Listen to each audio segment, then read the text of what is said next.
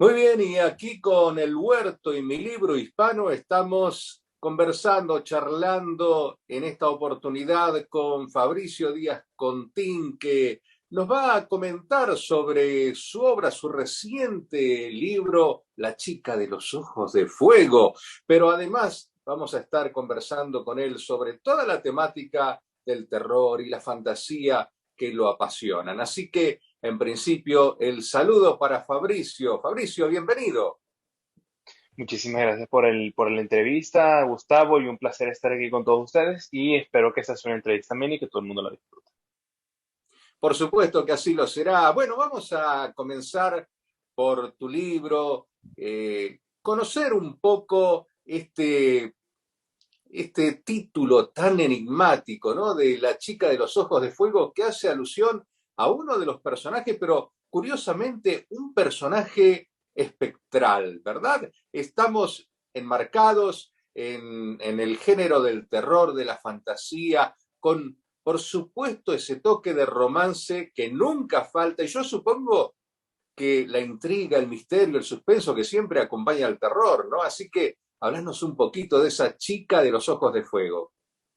Bueno, este relato fue parte de una colección que empecé a trabajar hace unos 2 años. De todos estos cuentos, este libro se fue extendiendo y extendiendo, extendiendo. Ocurrió como este escritor norteamericano llamado Stephen King, que él llega y siempre dice, bueno, yo empiezo los libros como novelas cortas de 3.000 palabras y se extienden un montón. Y algo parecido le ocurrió a esta historia. De repente los personajes tenían mucho más que contar, el espectro tenía muchas más cosas que hacer en la historia y simplemente fue creciendo, fue desbordándose y es la novela que es en este momento. Y bueno, en cuanto de dónde viene ella, el principio del cuento iba a ser simplemente una clásica historia de fantasmas, muy típica de Latinoamérica. Por ejemplo, en Venezuela nosotros tenemos nuestra Sayona, que es un espectro de una madre que ahoga a los niños que se encuentran cerca del lago. Algo parecido fue ocurriendo con esta historia, que fue creciendo el mito y fue creciendo el mito hasta que de repente nace esta novela de un espectro el cual tiene unas motivaciones muy claras que no pienso contar porque la intención es que, bueno, descubran eso en parte de la novela, pero tiene intenciones muy claras. Y a pesar de que es distante y enigmático, realmente es muy, muy humano lo que ocurre en su historia. Ahora, los otros personajes también tienen muchas vinculaciones y mucho de humano y mucho de misterioso. Por ejemplo, podemos ubicar a la protagonista, podríamos decir, que es Ana, desde cuya óptica se narra esto, que tiene a esa amiga que también tiene algo oscuridad en su vestuario, en sus cosas. También encontramos alguna pintora por ahí, paisajística, que sus obras logran un éxito y no sé, a lo mejor nos podés decir cómo, si hay algo raro que interviene en ese éxito de esas obras. Tenemos a este muchacho, Franz, que parece ser el muchacho perfecto, pero que Ana sospecha que tiene algo oscuro, no puede ser todo tan perfecto. Todos los personajes tienen algo de secreto, algo que esconder, algo que mostrar, todo a la vez, ¿no? Contanos un poco de los personajes entonces, Fabricio. Bueno, sí, todos tienen algo de secreto y todos tienen algo que contar. Algo que a mí me gusta hacer cuando escribo un libro es pensar en qué está haciendo este personaje en otra historia. Este primer libro es algo así como un primer vistazo de lo que es una colección mucho más amplia de relatos y de historias. Por ejemplo, Ana volverá a aparecer en futuros cuentos o en futuras historias y siempre tendrá este hecho del pasado. Esta historia que acaba de ocurrir es básicamente el trasfondo bajo el que ella se va a dirigir en el futuro. Y conforme se vayan contando más historias, y vamos a conocer un poco más de los personajes, porque los personajes tienen que ser un poco como Sherlock Holmes, que termina su historia en cierto punto, pero luego ves más de él y muchos otros autores lo quieren saber qué hizo en otros momentos. Sherlock Holmes no solamente es un detective, de hecho él ni siquiera se considera un detective, él es un asesor de detectives. Y conforme pasa el tiempo, él se retira, se va a una granja, inclusive llega a trabajar para la reina y el gobierno británico como un espía y todo eso del propio canon del autor. Algo parecido me gusta para mis personajes. Un personaje que aparezca en una novela no está relegado a ocurrir solo en una novela, sino que puede estar en muchas otras. Pueden ser novelas fantásticas, como de repente puede estar en una novela de detectives, como posiblemente en el futuro esté en una novela de espías. Eso nadie lo sabe en el momento. En cuanto a los secretos de otros personajes, como por ejemplo Paris, Paris tiene diálogos en los que está contando cosas que vamos a ver en futuras historias y que además revelan un poquito de la magia que ya está dentro de esta novela. Todos los personajes tienen una historia dentro de la historia. O sea que estamos frente al inicio de una saga, prácticamente, en la cual luego se irán ramificando también estas historias, cada uno, cada personaje con su propia historia, pero a lo mejor todos tocados por esta chica de los ojos de fuego, ¿no? Que es este espectro que de alguna forma interviene en sus realidades. Y quiero preguntarte justamente, ya que estamos dentro de este género de la fantasía y del terror, ¿cuántas veces notás que esto, ¿no? De los espectros, de los fantasmas, cuánto interviene el interior de la persona? ¿Cuántas veces nosotros somos determinados en nuestras acciones por cuestiones externas que visualizamos, que se nos ocurren, que se nos aparecen, que imaginamos o soñamos? Bueno, tanto en la ficción como en la realidad, creo que es imposible negar de que existe algo fuera de lo común en la vida de absolutamente todos nosotros. No puedo hablar por las experiencias de otras personas porque no podría decir, bueno, esto es verdad o es mentira.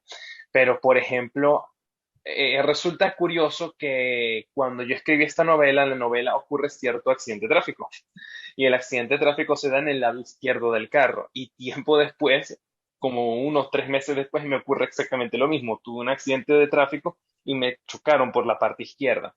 Resultaría hasta premonitorio para algunos decir, bueno, pero ¿cómo puede ser que se haya dado el golpe exactamente en el mismo sitio y en exactamente en condiciones parecidas, ¿no? Entonces, un poco yo pienso que de verdad existe una conexión entre cosas que nosotros no entendemos y las cosas que son en efecto reales y siempre están constantemente entremezclándose, desde la propia fe, de la propia religión, o sea, en el sentido de que hay pueblos que han determinado cosas para su fe y en efecto se han cumplido con el paso de los siglos. Y la misma magia de decir, tal cosa me va a ocurrir en la vida, en efecto termina ocurriendo. Es como una sincronicidad que existe entre las personas y la magia. Entonces, sí, yo creo que de verdad que en la novela se representa bastante bien esto. Este elemento que se va intuyendo desde el principio, que lo ve Ana con más facilidad porque hay algo que se dice y es que las mujeres tienen una percepción extra de la realidad que los hombres no tenemos. Los hombres vemos las cosas en un sentido muy cuadriculado, vemos esto del espectro, pero lo que se le llama en la intuición en las mujeres es mucho más amplio. Ellas prevén cosas que uno no puede ni siquiera imaginarse. Esto está bastante relacionado en la novela también. Y a propósito de esta cuestión que nos hablabas, de esta incidencia de lo religioso, lo metafísico, digo, ¿cuánto de esto nutre tus trabajos? ¿Cuánto de esto nutre tus cuentos, tus novelas? Es decir, esta simbiosis por ahí entre lo místico y lo científico. Yo diría que en todas, aún en la novela más realista, tiene que haber siempre algo mágico ocurriendo. Es muy difícil, no por... en guión se tiende a decir mucho de que existe algo llamado el Deus Ex Machina, que es un tropo utilizado para que los guionistas saquen a los personajes de aprietos. Yo creo en lo contrario. Yo pienso de que siempre ocurren cosas mágicas o místicas que nos ponen en situaciones complicadas en nuestra vida y que es en base al sentido común y a la inteligencia de las personas que se logran solventar. No siempre ocurre un poquitico de esto. En todos mis trabajos quiero que haya un poquitico de esa magia, un poquitico de ese trasfondo ocurriendo detrás de la novela. Ahora, Fabricio, atendiendo a esto, a esta incidencia que siempre, como vos decís, hay entre lo real, entre el mundo de las percepciones por ahí el mundo aristotélico, diríamos, ¿no? Y el mundo de las ideas platónico, en esta interacción continua, por ahí siempre uno nota que destacan las novelas, los relatos de terror, ¿no? De horror, incluso en géneros muy o subgéneros que tengan que ver con las posesiones demoníacas, es decir, tanto con lo psíquico, lo sobrenatural, pero siempre hacia el lado del terror. ¿Por qué será? Porque el ser humano teme aquello que no comprende. Porque, por ejemplo, y esto viéndolo en un sentido, y a lo mejor me pongo un poco técnico, ¿no? Pero, por ejemplo, solamente imagina el hombre de las cavernas está viviendo su día a día y tiene que cazar, comer, ocasionalmente pinta en una cueva y vivir el estilo de vida de la época, ¿no? Y de repente empieza a soñar. Y esa persona de la que se enamoró en su infancia, que muere de una extraña enfermedad, de repente está soñando con ella. Y se pregunta por qué tantos años después esta persona está aquí en mis sueños. Y entonces empieza este miedo o esta pregunta. ¿Me estará hablando de verdad? ¿Esto será un fantasma que se me está apareciendo? ¿De dónde viene toda esta concepto mágico que podríamos llamar? Obviamente nosotros ya hoy tenemos una explicación un poco más clara, pero es difícil no notar que esto es una realidad. O sea, siempre hay algo mágico y bonito en estas cosas de la percepción, pero cuando no se entienden, dan mucho miedo. Por eso el terror se conecta tanto. Por ejemplo, en novelas como Cuyo, donde es un simple perro rabioso, que es algo que todos comprendemos, pero que no entendemos el cómo se llega al momento en el que un perro rabioso te puede atacar, pueda dar tanto miedo. Es muy básico del ser humano en el sentido de que todos conectamos bien con ello y todos podemos comprender lo que es tenerle miedo a lo que no se comprende. De hecho, es una de las emociones básicas, ¿no? El miedo y seguramente, bueno, en opinión de las neurociencias, obviamente, somos seres emocionales que razonamos, ¿no? O sea, primeramente somos emocionales y tal vez esto tenga mucho que ver con lo que se plantea desde la temática del terror, de la fantasía en esta conjugación, porque ya los niños, ¿no? Desde bebés los niños muestran esas emociones, aún antes de razonar, ¿no? El miedo, la alegría, la tristeza. Entonces, es algo que es pretérito al raciocinio humano. Ahora bien, me gustaría preguntarte, Fabricio, cuánto luego, una vez que interviene el raciocinio humano, empieza a modelarnos, ¿no? A tornarnos a lo mejor en seres humanos crueles, violentos, en esta especie de seres humanos en los cuales ponemos en acción, en juego, estas actitudes casi de terror, casi de novela. Bueno, eso depende mucho de la percepción de la persona. Hay personas que perciben el mundo de una manera completamente distinta. Por ejemplo, hay gente que, y esto creo que nos ha ocurrido a todos, que hacemos un chiste y de repente a alguien no le parece bueno y se ofende y se enoja y empieza una discusión en base a eso, porque la percepción tiene un fuerte efecto. Ese concepto de la percepción inclusive puede llegar a radicar en la maldad. Lo que nosotros percibimos como malo en algunas culturas, en otras culturas es completamente normal. No quiero poner ejemplos muy específicos, pero por ejemplo, habrían culturas en el pasado que considerarían bien el sacrificio humano y pensarían que con eso calmaban la ira de los dioses. Hoy por hoy, nosotros que ya somos una civilización más orientada hacia el cristianismo, hacia el judaísmo, ya percibimos que el sacrificio es un atentado horrible contra no solamente contra una persona, sino contra el propio Dios, contra la propia idea de una divinidad. O sea, Dios que ama a todos no está de acuerdo con el sacrificio de un ser humano. No lo va a estar nunca. Entonces, esta relación de las personas con la fe, con sus propias creencias y con su propia percepción radica hasta tal punto de que hay asesinos, por ejemplo, que piensan que pueden justificar sus acciones en base a lo que ellos consideran como algo moral. En la novela me gusta de que, y esto es algo que me gusta casi todos mis trabajos, que los personajes tienden a justificarse muy bien cuando van a hacer algo mal. Mm, Ellos tienden siempre a tener una muy buena excusa para ser crueles, por ejemplo.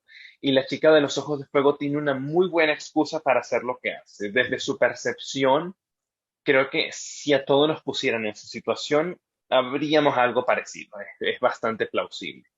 Eso me gusta bastante de la novela. Me gusta que siempre puedes ponerte en los zapatos de los personajes. Y me gusta esa interpretada en el terror.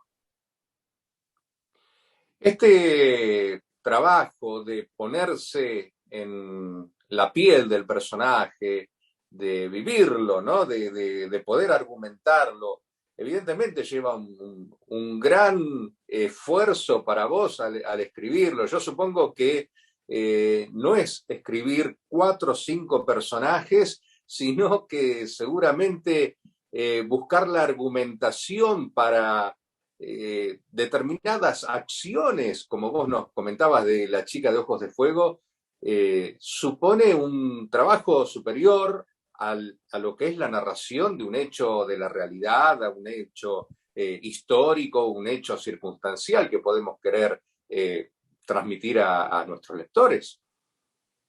Bueno, realmente no es nada sencillo porque lo que resulta más difícil de mostrar a las personas la perspectiva de un personaje es que hay personajes que pueden resultar fastidiosos o cansar por lo reiterativo de su diálogo.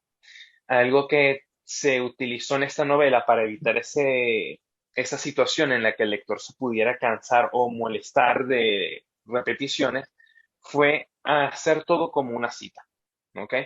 En esta novela conocemos a los personajes a través de un diálogo tan natural como el de la primera cita con una pareja romántica. Y pienso que también esa es una parte muy aterradora de la novela, porque viéndolos desde la perspectiva de ella, que ha idealizado a este hombre que es perfecto, que tiene todas estas características, uno se pregunta, ¿de verdad ella podrá conseguir la segunda cita? Esa es una excelente pregunta. Uno se lo pregunta porque una primera cita románticamente lo vemos hacia el pasado y dices, "Ay, qué bonito esa primera cita, todo fue tan fácil, todo siguió tan bien". Pero si lo vives en el presente, no es una situación linda, es una situación muy aterradora. Pienso que eso también le dio bastante encanto a la novela. Y por supuesto, esta novela que ya empezó a circular desde el mes de marzo, creo, ¿verdad? Desde el mes Eh, de febrero. en febrero, bueno, ya tiene unos meses y que ya está cosechando seguramente adeptos que la van leyendo, que van esperando esto que vos prometés, los nuevos episodios, los nuevos personajes o estos personajes con nuevas historias. Digo, ¿ya tenés previsto algún plan de respuesta a esas personas que también son ansiosas y que quieren que este trabajo continúe? Sí, de hecho hay varios. Bueno, primero por partes, para mí fue una gran sorpresa descubrir que alguien en Alemania estaba comprando el libro. De verdad que uno se pregunta, wow, en Alemania, esto es sorprendente, porque uno se espera de que ya hablarán alemán y no llegará nadie a comprar una novela en español de un escritor independiente. Eso es algo, por lo menos de mi perspectiva, es insólito. Fue bastante bonito ver que, por ejemplo, en España también se ha logrado vender la novela y bueno, poco a poco va cosechando más lectores. Parte del encanto que yo pienso que van a tener todos estos libros es que como hay un gran misterio de fondo, la gente siempre va a estar constantemente comprando uno y el próximo, siempre con la intención de descubrir qué es lo que hay de fondo. En cuanto a qué va a ocurrir, pues no soy fanático de dar spoilers, pero puedo decir que la mejor amiga de Ana, Paris, tiene su propia saga de libros, van a ser 7 respectivamente, ¿ok?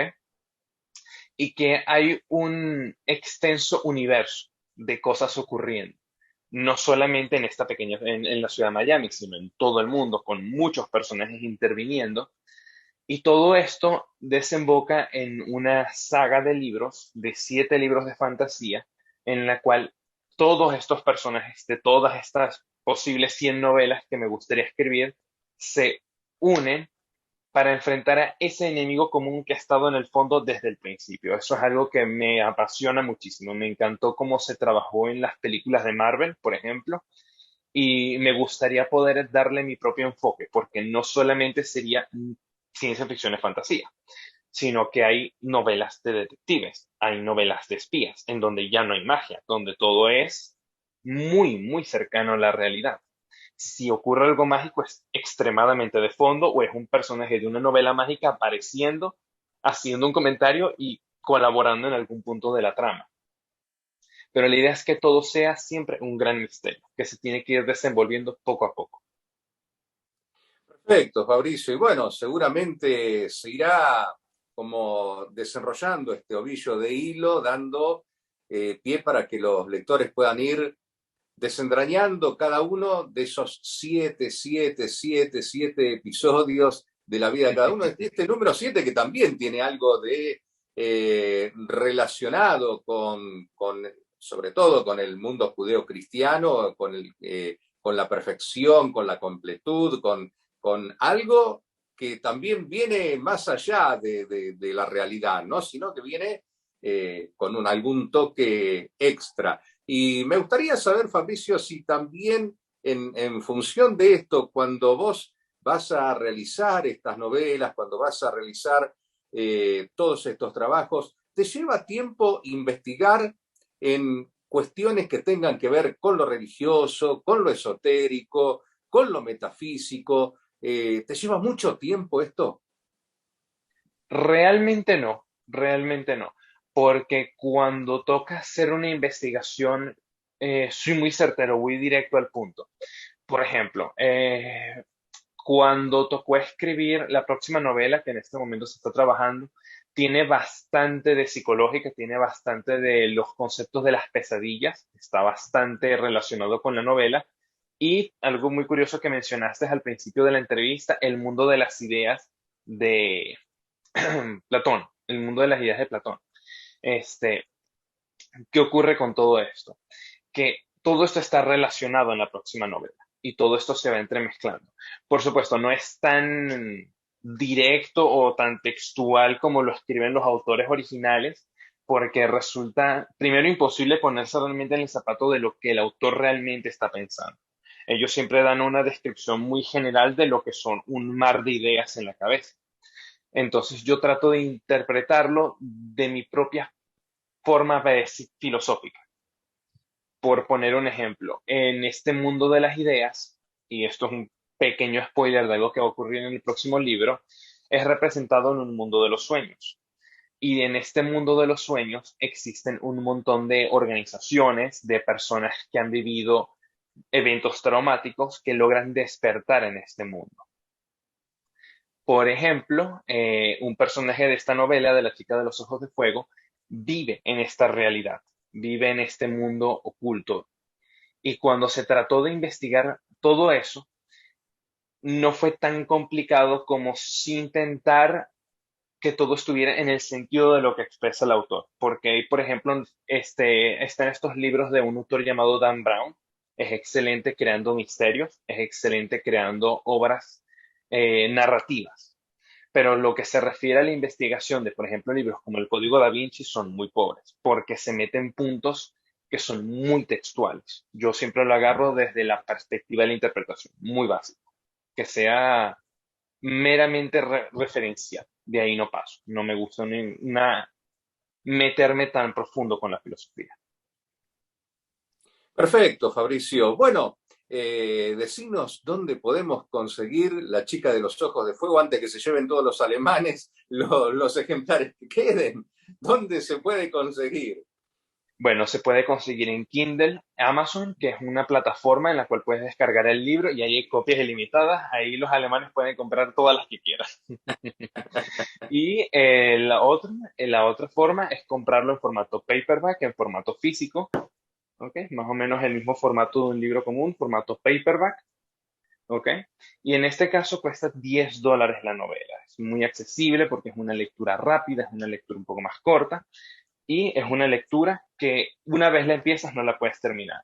Por ejemplo, tengo una conocida en España que empezó a leer el libro y lo empezó a leer alrededor de las 12 de la noche. Y a las 4 de la mañana me escribió diciendo, ¿cómo me hiciste eso? Yo tenía que trabajar mañana, no me dejaste dormir. Me debes el día de mañana, me debes el café. Le encantó la novela. Bueno, es un gran aliciente porque cuando los libros atrapan realmente y como decíamos en algún momento, ¿no? La temática del terror va muchas veces acompañada de esa buena dosis de intriga, de misterio que hace querer saber cómo sigue, saber si los antagonistas sobreviven o no sobreviven, qué les va a pasar. Esto digo, es atrapante y lleva a esto, a que las páginas pasen y pasen y pasen. A mí me ha sucedido también con alguna novela extensa y bueno, concretamente con El Exorcista, ¿no? De ponerme a leer y no querer terminar más hasta saber que, bueno, ya era de madrugada y tenías que cortar, dejar de leer y seguirlo en otro momento. Pero bueno, esto sucede y es bueno que así sea con tu libro, Fabricio. Me alegra que así suceda y es, yo creo, que un indicador más que la gente va a tener en cuenta en el momento de elegir La chica de los ojos de fuego. Bueno, te agradecemos el haber estado con nosotros aquí en el Huerto, mi libro hispano, y te deseamos el mayor de los éxitos, no solo para esta novela que estás presentando, sino también para todas estas que nos has anunciado que van a venir por delante. Por supuesto. Muchísimas gracias por la entrevista.